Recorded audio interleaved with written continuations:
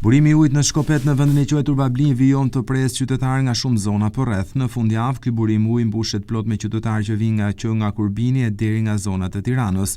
Shkak sipas qytetarëve është cilësia e keqe e ujit që kanë nga rrjetet e ujit të pijshëm në zonat ku jetojnë. Ata shprehen se janë të detyruar që të gjejnë burime natyrore alternative për të mbushur ujë që ta konsumojnë sepse uji i rrjetit nuk ka cilësi.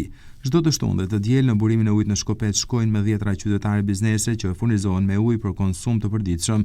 Ata thonë se ky ujë është cilësor, prandaj vijnë nga ana e anës ta përdorin për ta konsumuar. Nga Kanza, herë e dytë që në verë. Po pse nuk mushti ujin Kanzës? Është ujë mirë, është ujë mali, i pandotur, sipër stafën, shatra gjë. Thjesht është mirë. Ndonë se ky burim ju shërben të gjithë atyre që përdorin ujin për konsum, një problematik më vetë mbetet ndotja e ambientit nga hedhja e bidonave plastik që dalin jashtë përdorimit.